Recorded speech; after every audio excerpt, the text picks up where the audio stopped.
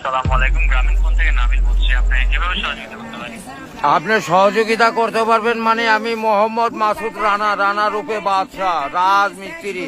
আমি নরসিংদী থাকি। আমার টাকা তোলার সাথে সাথে আপনি কাটালেন, আর আপনাকে আমি বাকি পাওনা তুলে দিয়ে তারপরে আমি ব্যালেন্স করে কথা বলি, আমার মায়ের সঙ্গে কথা বলি। কেন টাকা পাই না আমি? এর কারণ কি?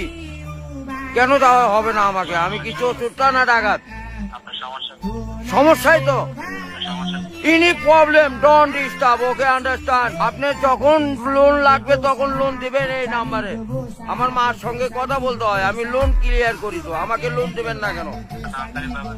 স্যার, আপনি কি ইমার্জেন্সি ব্যালেন্স দিতে পারছেন না?